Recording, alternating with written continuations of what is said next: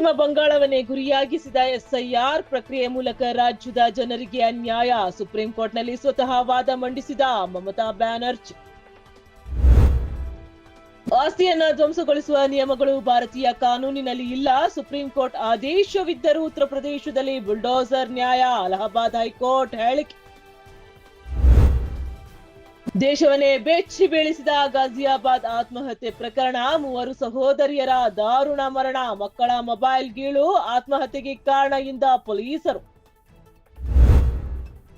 ವಿಮಾನದ ಎಂಜಿನ್ನಲ್ಲಿ ಬೆಂಕಿ. Turkey airlines ವಿಮಾನ ತುರ್ತು ಭೂಸ್ಪರ್ಶ. ಕೋಲ್ಕತಾ ಏರ್ಪೋರ್ಟ್ನಲ್ಲಿ ತಪ್ಪಿದ ಭೀಕರ ದುರಂತ. ಮಾತು ನಿಲ್ಲಿಸಿದ್ದಕ್ಕೆ ಪ್ರೇಮಿಯನ್ನೇ ಕೊಂದ ಯುವತಿ. 22 ವರ್ಷದ ರೋಶ್ನಿ ಸೂರ್ಯವಂಶಿ ಬಂಧಿತ ಆರೋಪಿ. ಛತ್ತೀಸ್ಗಢದಲ್ಲಿ ನಡೆದ ದುರ್ಘಟನೆ.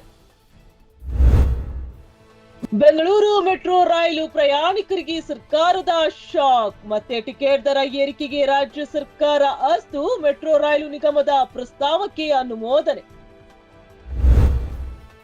ಇಂದಿನಿಂದ ರಾಜ್ಯ ಬಜೆಟ್ ಪೂರ್ವಭಾವಿ ಸಭೆ. 17ನೇ ಆಯವ್ಯಯ ಮಂಡನೆಗೆ ಸಿದ್ದರಾಮಯ್ಯ ತಯಾರಿ. 10 ಇಲಾಖೆಗಳ ಜೊತೆ ಸಭೆ ನಡೆಸಲಿರುವ ಮುಖ್ಯಮಂತ್ರಿ. ಕೇಂದ್ರ ಬಿಜೆಪಿಯದ್ದು ಕಾರ್ಪೊರೇಟ್ ಸ್ಟೈಲ್ ಬಜೆಟ್. 165 ಲಕ್ಷ ಕೋಟಿ ಸಾಲ ಮಾಡಿರುವುದೇ ಬಿಜೆಪಿ ಸಾಧನೆ. ಕೆಪಿಸಿಸಿ ವಕ್ತಾರ ಎಂ ಲಕ್ಷ್ಮಣ್ ವಾಗ್ದಾಳಿ. ಅಮೆರಿಕ ಅಧ್ಯಕ್ಷ ಡೊನಾಲ್ಡ್ ಟ್ರಂಪ್ ಹತ್ಯೆಗೆ ಯತ್ನ. ಆರೋಪಿ ರ್ಯಾನ್ರುತ್ಗೆ ಜೀವಾವಧಿ ಶಿಕ್ಷೆ. ಬಂದೂಕುದಾರಿಗೆ ಶಿಕ್ಷೆ ವಿಧಿಸಿದ ಅಮೆರಿಕನ್ ನ್ಯಾಯಾಲಯ.